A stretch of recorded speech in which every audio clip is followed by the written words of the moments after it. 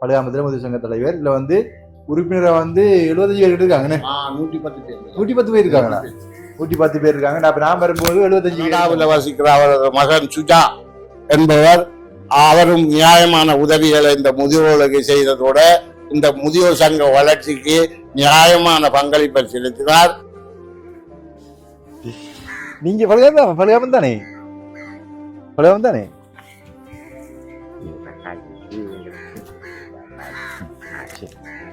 பழுகாமத்தில் அந்த யூடியூப்காரர்கள் வந்து அவங்க வந்து அவங்களாகத்தான் வந்து சொன்னவங்க இப்படி உங்களுக்கு எல்லாத்தையும் நிறைவேற்றி கொடுக்க சொல்லி ஸ்வீடன்லேருந்து சின்னையா என்றவர் அவருடைய உண்மையான பேர் எங்களுக்கு அவைய இறுதி வரைக்கும் சொல்லல.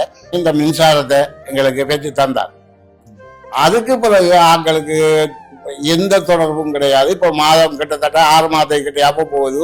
6 மாதத்தை கூடியா போயிட்டு அதுக்கு பிறகு நாங்கள் டெலிஃபோன் அடித்தாலோ எந்த செஞ்சாலோ எந்த தொடர்பும் இல்லை. உண்மையிலே தலைவர் காய்ச்சல் அத்தனையும் உண்மை. கஷ்டப்பட்டு தான் நான் கட்டுனது. அதுலேயும் பெரும்பாடுபட்ட இவர் தலைவர். மற்ற அங்கெங்கெல்லாம் போய் ஓடி ஆடிக்கு எல்லாரும் அப்படி ஓடியாது.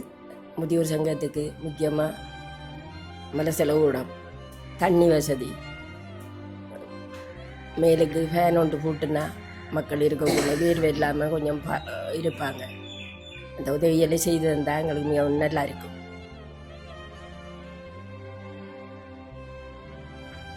அன்புள்ளங்களுக்கு அன்பான வணக்கம். நான் தாஸ். பார்த்தீங்கன்னா அன்னைக்கிடம் வந்து இலங்கையில களுவாஞ்சிக்குள்ள தான் நின்றோடுகிறேன். பார்த்தீங்கன்னு சொன்னா ஒரு ஐயா பழுகாமத்துல இருந்து கோல் பண்ணி கொண்டிருக்கிறத, தம்பி ஒருக்கா வாங்க எங்கட ஊருக்கு வாங்க, ஒரு பிரச்சனை ஒன்று இருக்குது அதை பாருங்க அப்படின்னு சொல்லி. அதாவது ஒரு முதியோர் சங்கத்துல வந்து ஒரு தேவை ஒன்று இருக்குது. அப்போ தேவையை வந்து ஒரு யூடியூபரோடாக நான் அறிமுகப்படுத்தினேன். அப்போ தேவைக்குரிய உதவி கிடைச்சிருக்கு. ஆனால் வந்து செய்கிறாங்களோ செய்யலன்னு தெரியல. வந்திருக்குன்ற அவங்க சொல்லியிருந்தாங்க. நான் கோல் பண்ணேன், ஆன்சர் பண்ணுறாங்கல்ல அப்படின்னு சொல்லியிருந்தாரு. அப்போ எனக்கு வந்து தேவையை நிறைவேற்றி தரணும். அப்போ எனக்கு என்னன்னு சொன்னால் இந்த முதியோர்கள் வந்து ரொம்ப கஷ்டப்படுறாங்க. அவங்க வந்து ஒரு ஒன்று கூடி ஒரு இளைப்பாறுதல் இருக்கின்ற இடம் அது. அந்த இளைப்பாறுகின்ற இந்த இடத்தை வந்து சீரமைச்சு தர மட்டும் தான் நான் உதவி கேட்டிருந்தேன். அவங்க செய்யாடியும் பரவாயில்ல. அப்போ நீங்கள் 2 மணி நேரம் நான் அந்த முதியோர் சங்கத்துக்கு போய் உதவி செஞ்சுருக்கிறேன். அப்போ நீங்கள் உதவி செஞ்சுக்கிறீங்க. அப்போ உங்களோடாக நானே அந்த உதவியை பெற்றுத்தரும்படி அன்பாக கேட்டுக்கொள்கிறேன்னு சொல்லி அழைச்சிருந்தாரு. அங்கே தான் போப்புறம் பார்த்தீங்கன்னு சொன்னால் அந்த முதியோர் சங்கத்தில் வந்து கிட்டத்தட்ட 70 பேருக்கு மேலே இருக்கிறாங்க. அந்த 70 பேருக்குமான ஒரு உதவியை நாங்கள் செய்து கொடுக்கணும். ஏன்னு சொன்னால் எங்களோட தாய் தகப்பன் வயதான பிறகு எப்படி கஷ்டப்படுவாங்க, அவங்களுக்கு பிள்ளைகளால் எப்படியெல்லாம் பிரச்சனை வருது என்றதை நாங்கள் அறிஞ்சனாங்க. அப்போ அப்படியான சூழ்நிலையில் மன ஆறுதலுக்காக ஒரு அமைதிக்காக அந்த இடத்தை அவங்க நாடி போகிறாங்க. அவங்களுக்கு கட்டாயமாக உதவி செய்யணும் என்று நான் நினைக்கிறேன். ஏன்னு சொன்னால் அவங்களுக்கு வந்து ஒரு வயதான நேரத்தில் அவங்களுக்கு தேவையான ஒரு ஆறுதல் அந்த இடத்துல கிடைக்குது. அப்போ அந்த ஆறுதலை பெற்றுக்கொண்டு அவங்க இனி கொஞ்ச காலம் தான் இருக்க போகிறாங்க. அவங்க இறந்து போனால் கூட அவங்களோட ஆத்மா சாந்தி அடையும். கடைசி காலத்தில் சந்தோஷமா இருந்து இறந்து போகணும். யாராயிரம் கஷ்டப்பட்ட காலங்கள்லாம் போய் கடைசி காலத்தில் நிம்மதியாக இருந்தது போகணும். அப்படியான ஒரு அமைதி இல்லம்னு சொல்லலாம். அந்த அமைதி இல்லத்துக்கு நாங்கள் எங்களால் வேண்ட உதவிகளை செய்து கொடுத்து புண்ணியத்தை சேர்த்து கொள்ளணும்னு சொல்லிக்கொண்டு வாங்க நாங்கள் வீடியோவுக்கு போகலாம். வீடியோவுக்கு போகிறதுக்கு முன்னாடி என்னுடைய சேனலுக்கு யாராவது வீடியோ வந்துட்டீங்கன்னா சப்ஸ்கிரைப் பண்ணி விட்டு போனீங்கன்னா அது எனக்கு ஒரு உதவியாக இருக்கும். வாங்க நாங்கள் ஐயாயிர தேவை அந்த ஊருக்கான பழுகாமத்தில் உள்ள முதியோர்களுக்கான தேவை என்னன்னு சொல்லி பார்த்துட்டு வருவோம். பார்க்குற மட்டுமில்லை, உதவி செய்யக்கூடியவர்கள் உதவி செய்ய சொல்லிக்கொண்டு வாங்க வீடியோவில் போகலாம். அனைவருக்கும் மீண்டும் ஒரு முறை வணக்கத்தை தெரிவித்து கொண்டு பார்த்தீங்கன்னா நாங்கள் முதியோர் ஒன்று கூடல் மண்டபம் பழுகாமத்தில் நிற்கிறோம். அப்போ பழுகாமத்தில் இப்படி ஒன்று கூடலில் முதியோருக்கான இந்த ஒன்று கூடலானது எதுக்காக கட்டப்பட்டது, எதுக்காக இயங்குதுன்றதை விளக்கம் நம்ம கதைப்போம். பார்த்தீங்கன்னு சொன்னால் நாங்கள் உள்ள போவோம். அதுக்கு மேலே வந்து ஐயா நிற்கிறீங்க, என்ன நீங்க பழுகாமம் தானே? பழுகாமம் தானே?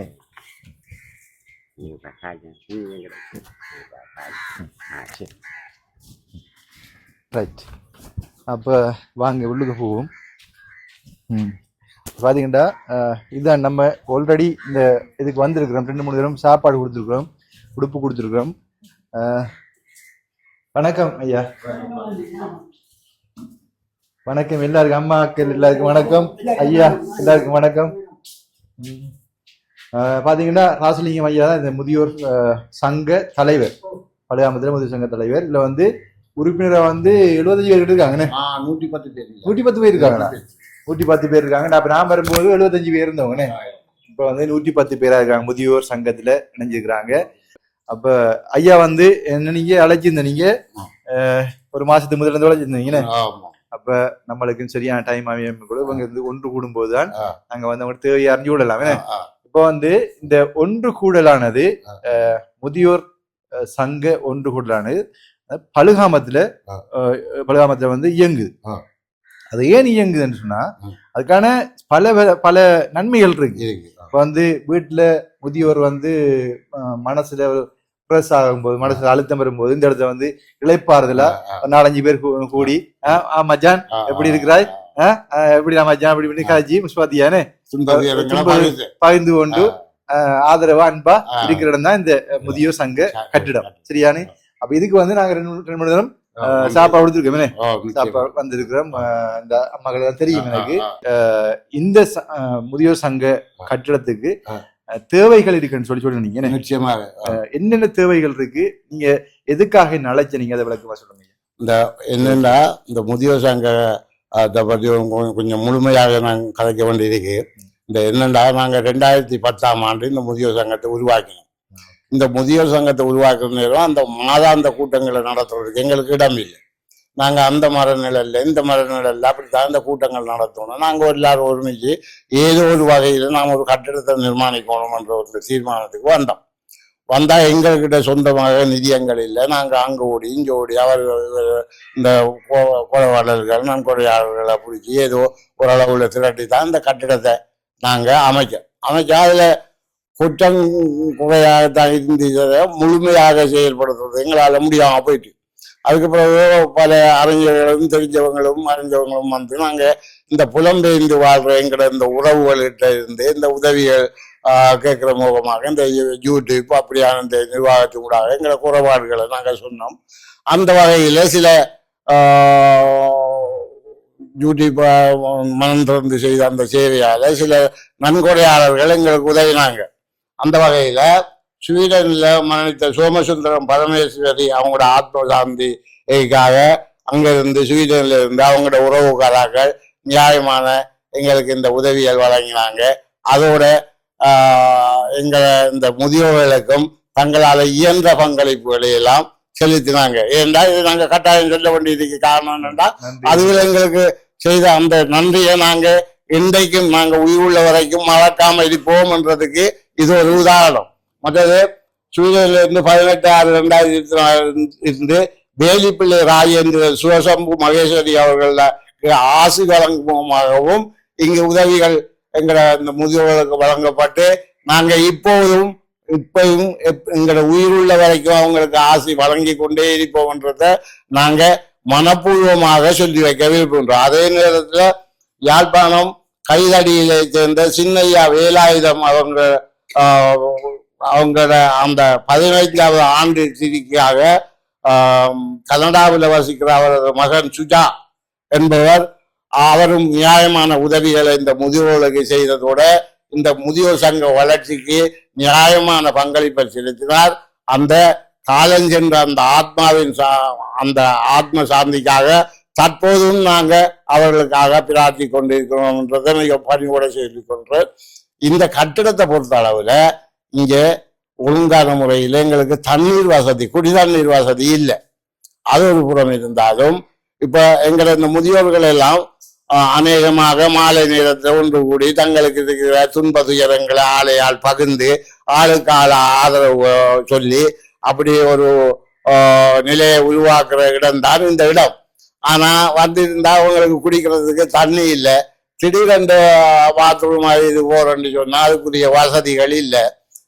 இதே நாங்களும் இயன்ற அளவுக்கு முயற்சித்தும் இதுவரைக்கும் எங்களுக்கு அதுக்குரிய பலாபலன் ஒன்றும் கிடைக்கல. அதையும் விட இன்னும் ஒரு முக்கியமான விஷயத்தை சொல்லணும் என்னென்றா, நானும் ஒரு முதியோர் என்ற வகையில எனக்கு 2-3 பிள்ளைகள் இருந்தாலும் புள்ள குட்டிகள் வளமாக இருந்தாலும் முதியோர்கள் என்று வார நேரத்துல நியாயமான பிரச்சனைகள் அவர்களுக்கு உருவாகிறதுக்கு நிறைய வாய்ப்புகள் இருக்கு.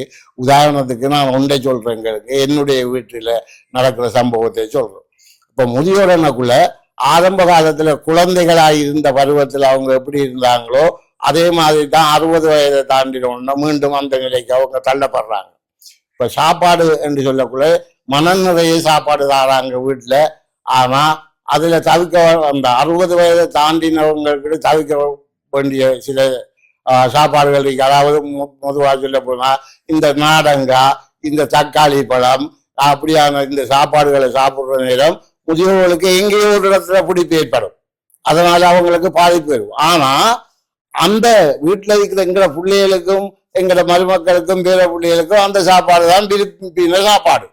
அப்ப நாங்க என்ன செய்ய முடியும்? நீங்க உங்களோட பிள்ளைகளுக்கு அந்த சாப்பாட்டை கொடுக்கணும், எங்களுக்கு இந்த சாப்பாட்டை சமைச்சு தான் சொல்ல முடியுமோ? முடியாது. எனவே நாங்க அவங்களோட தயவுல இருக்கிறாங்க, அவங்க தார சாப்பாட்டை சாப்பிட்டுட்டு ஏதோ ஒரு வகையில வாழ்ந்துட்டு போக வேண்டியதுதான் நியதி. ஆனா இது அநேகமாக அந்த 60 வயதை தாண்டின ஆக்கள் அநேகமா எல்லாரும் வீட்டுக்கு வீடு வாசல் படி என்பது போல சிலர் ஏற்றுக்கொண்டாலும் சிலர் ஏற்றுக்கொள்ளாம விட்டாலும் உண்மை இதுதான். வீட்டுக்கு வீடு வாசப்பாங்க ஒவ்வொரு எல்லார வீட்லயும் ஏதோ ஒரு பிரச்சனை இருக்கு. ஒரு இப்ப அப்ப இருந்த முதியோர்களுக்கு நாங்க தெய்வம் மாதிரி பாத்துனாங்க. இப்போ ஒரு முதியோர் வீட்டுக்கு இருந்தா அந்த முதியோரை கவனிக்கிற குறைவு. அது அந்த நம்மட பண்பாட்டு மரபு ரீதியான எங்களோட தமிழ் கலாச்சார பண்பாடு அப்படியே அழிந்து போயிடுது. எங்களுக்கு எங்களை முதியோர் தான் அம்மா அப்பா சொன்னா அவங்ககிட்ட மடியில படுத்து கிடந்து கதை கேட்போம், கதை சொல்லுங்கன்னு சொல்லுவோம். பட சுட்ட கதை சொல்லுங்க, அது நாவப்பிள்ள கதை சொல்லுங்க அப்படி சொல்லுவோம். இப்போ அப்படி எல்லாம் இல்லை. கிட்ட போகாத, அவ குளிக்கல, அவ குடிக்கல, அப்படி சுத்தம் இல்லை, வருத்தம் அப்படி எல்லாம் கலைக்கிற நிலைமையை பார்க்கக்கூடியா இருக்கு. அந்த சூழ்நிலை முதியோர் சங்கம் இப்படி இங்க இயங்குறது உண்மைக்குமே ஒரு முதியோர்களுக்கான ஒரு நன்மதிப்பை கொடுத்து அவங்களுக்கு மதியாக கொடுக்குற ஒரு செயல்பாடா இருக்குது. இந்த மக்கள் இவ்வாறு செய்யறது மிக சந்தோஷமான விடயம். இந்த முதியோர் கட்டடத்துக்கு என்னால முடிஞ்ச உதவிகளை யாருன்னா கேட்போம். என்ன உங்களுக்கு நேத்தோட வேற யாரும் நான் நீங்க சொல்லியிருந்தீங்க ரெண்டு பேர் சுஜாவ் இல்லாம நான் தான் சாப்பாடு நான் கொடுத்தேன். இப்ப ஒரு யூடியூப் காரர்கள் வீடியோ எடுத்து ஏதோ செஞ்சேன்னு சொன்னீங்களா?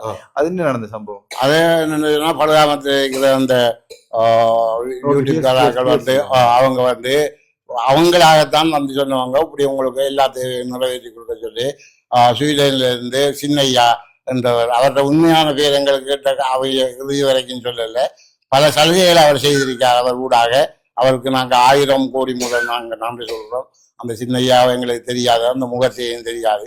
அவங்க சொன்னாங்க உங்களுக்கு எல்லா வேலையும் செய்ய டபுள் கக்கூசு, தண்ணி, வேற என்ன தேவை இருக்கின்றாலும் அது 2-3 மண்ணே தொன்மனை இருக்கு.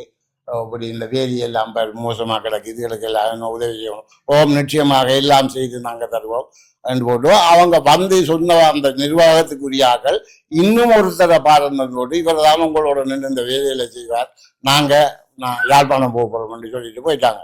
அதுக்கு பிறகு இவர் நாங்கள் சொன்னோம் மின்சாரத்தை அலுவலை பார்ப்போம், மின்சாரம் அனுப்ப வேண்டாம் ஓமண்டு அவர் உடனே இந்த மின்சாரத்தை எங்களுக்கு பெற்று தந்தார். அதுக்கு பிறகு ஆக்களுக்கு எந்த தொடர்பும் கிடையாது. இப்ப மாதம் கிட்டத்தட்ட 6 மாதத்துக்கு கிட்டையா போகுது, 6 மாதத்துக்கு கூடியா போயிட்டு அதுக்கு பிறகு நாங்க டெலிபோன் அடிச்சாலோ எந்த செஞ்சாலோ எந்த தொடர்பும் இல்லை. அது ஏன் என்ன என்றது எங்களுக்கு தெரியாது. சரி, ஓகே. அப்ப அவங்களுக்கு நிச்சயமா உதவி கிடைச்சா கொண்டு தர வேண்டியவங்க கடமை கண்டிப்பா கிடைச்சிருந்தா கொண்டு தருவாங்க. அதே போல பாத்தீங்கன்னா இந்த கட்டிடத்துக்கு மேல தகரம் போட்டுருவாங்க. நான் பார்த்த மட்டும் இந்த கட்டிடத்துக்கு மேல தகரம் போட்டுருக்காங்க, பயங்கர பக்தியா இருக்குது. இந்த கட்டிடத்தை பொறுத்த மட்டும் இங்க முதியோர்கள் இருந்து ஆறுதலா இருந்து அவங்களோட சகோதரங்களோட அவங்களோட உற்றார் உறவினர் நண்பர்கள் பக்கத்து வீடு இப்படி முதியோர்கள்லாம் சேர்ந்து உட்கார்ந்து இருந்து அவங்களோட வீட்டு பிரச்சனையில மனதார கதைச்சு போறதுக்கான ஒரு சாந்தி இல்லைன்னு சொல்லலாம்.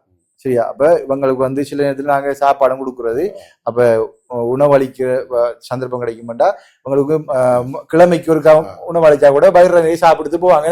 அப்படியான இந்த கட்டிடத்துல பார்க்கின்ற உறவுகள் உங்களால முடிஞ்ச உதவிகளை உங்களோட ஒரு சாந்தி செயல்பாட்டுக்காக, ஆத்ம சாந்திக்காக, பிறந்த நாளுக்காக, திருமண விழாவுக்காக நீங்க உங்களுக்கு சாப்பாடு கொடுக்க விரும்புனீங்கன்னா இடத்த ஆறுதலா அவங்க எல்லாரையும் கூப்பிட்டு சாப்பாடு கொடுக்க ஏற்பாடு இருக்கும். ஆனா இதுல இந்த கட்டத்தில் உள்ள குறைபாடுகளை நான் பார்த்த மட்டும் இந்த கட்டிடத்துல கண்டிப்பா ஒரு ஃபேன் ஒன்று கூட்டணும்.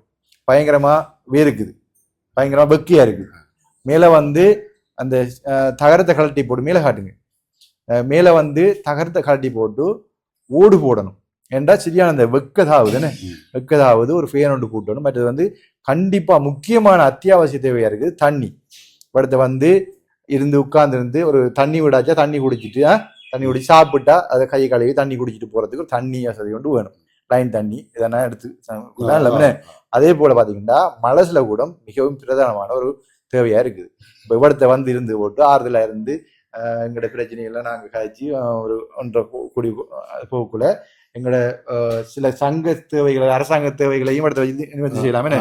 அந்த இடத்துல வந்து மலசுல கூடம் இருந்தா தான் டக்குன்னு நமக்கு பிரச்சனை வரும்டா வீட்டை ஒழிச்சு இஞ்சது போறோம்டா ஒரு கட்டை 2 கட்டு நடந்து போடுமே.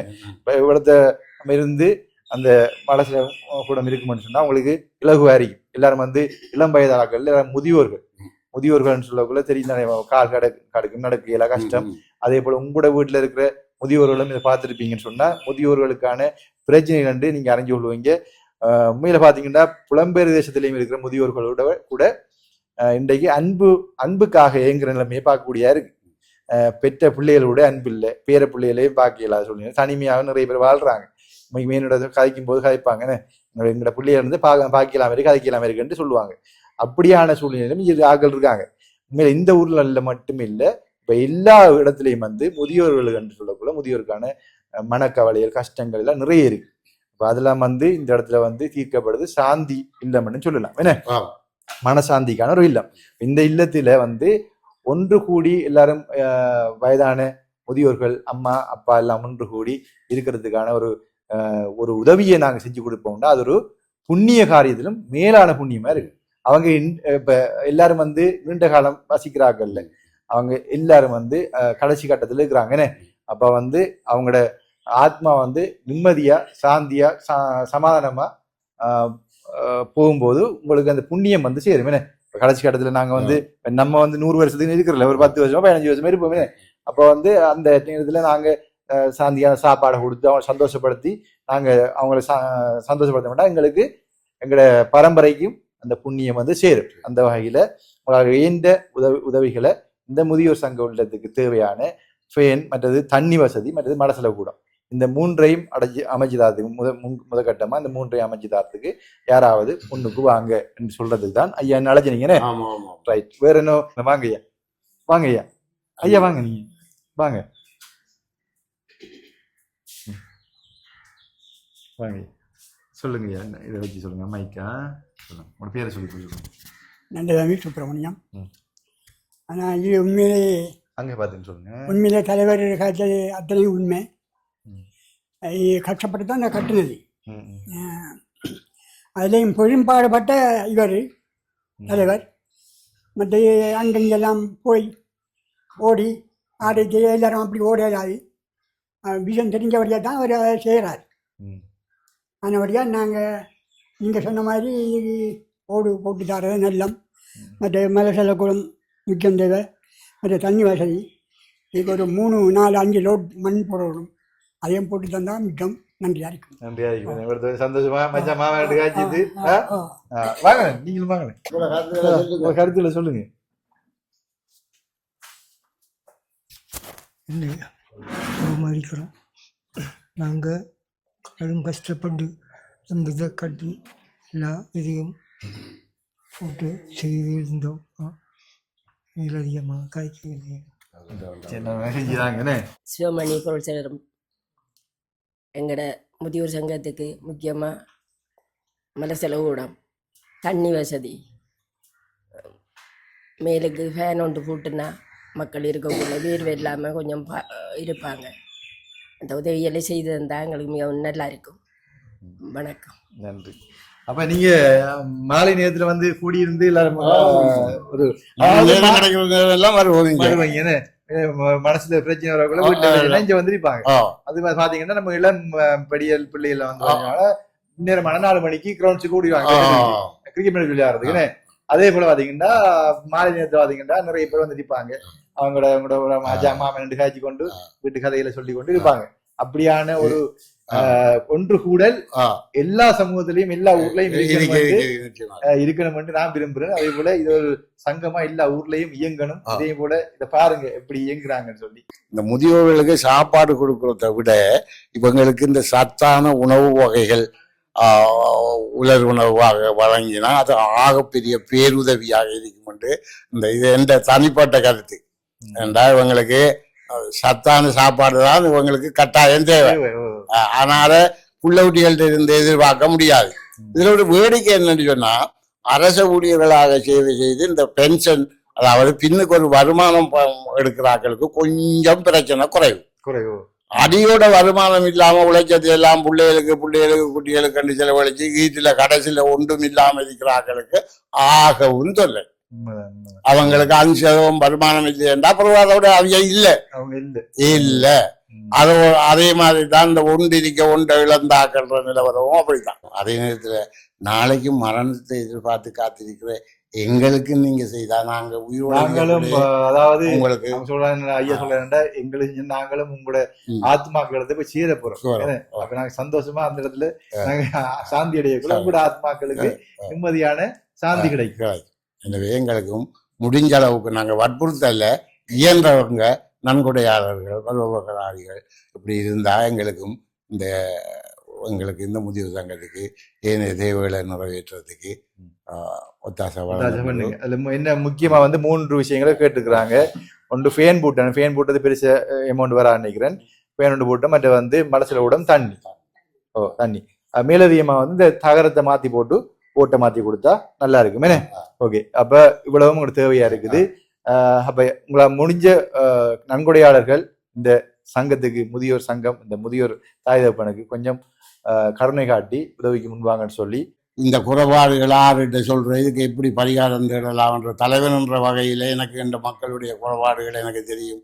எனக்கு இரவையில் நித்திரையில் இந்த மக்களுக்கு எப்படி செய்யலாம், என்ன செய்யலாம், எப்படி செய்யலாம், ஆரை பிடிச்சி செய்யலாம்ன்ற அந்த வகையில நாங்கள் கல்லாத்தில் இருக்கிற இந்த யூடியூப் இந்த பிள்ளைகளுக்கு நாங்கள் இந்த எங்களை உண்மையான துன்ப நிலையை தெளிவுபடுத்தோம்ல, அதன் ஊடாக இன்றைக்கு அவங்க இந்த கூட்டத்தை ஒழுங்குபடுறாங்க. இன்றைக்கு இந்த கிராமத்தில் இல்லை, எல்லா இடத்துலையும் இன்றைக்கு இந்த புரட்டாதி அமுதன்ற ஒரு நிகழ்வு, இதில் இந்த நம்ம தமிழ் பிரதேசங்களில் இதுக்கு முக்கியத்துவம் கொடுக்குறது வழக்கம். அதுலேருந்து இந்த எங்களோட அங்கத்தவர்களுக்கும் கொஞ்சம் பேர் அந்த முதியவர் என்ற வகையில் அதுகளில் கலந்து கொடுத்தால வருகை குறைவாதிக்கு இருந்தாலும் நாங்கள் 100 சொச்சம் அங்கத்தவர்கள் இருக்கிறோம். எங்களை குறைபாடுகள் யார்கிட்ட சொல்கிறேன் இந்த நேரத்தில் தான் தம்பியாக்களுக்கு நான் தெளிவானது, எங்களுக்கு இப்படியான குறைபாடு இருக்குது, எங்களை குறைபாட்டோடும் வெளி உலகத்துக்கு தெளிவுபடுத்தோடும், இதுக்கு ஒரு ஏற்பாடு செய்தாங்கன்னு சொன்னோம்.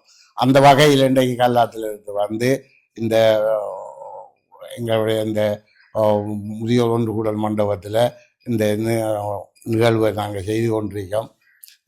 இந்த தம்பிகளுக்கு நாங்கள் உயிர் உள்ள வரைக்கும் நன்றி உள்ளவர்களாக இருக்க கடமைப்பட்டிருக்கோம். காரணம் என்னென்னா, இதுக்கு முதலும் பலமுறை அவர்கள் ஏனையவர்கள் இந்த உதவி பெற்று எங்களுடைய இந்த ஒன்று கூடல் மண்டபத்துக்கு பல சேவைகளை முழு மனதோடு செய்து தந்திருக்காங்க.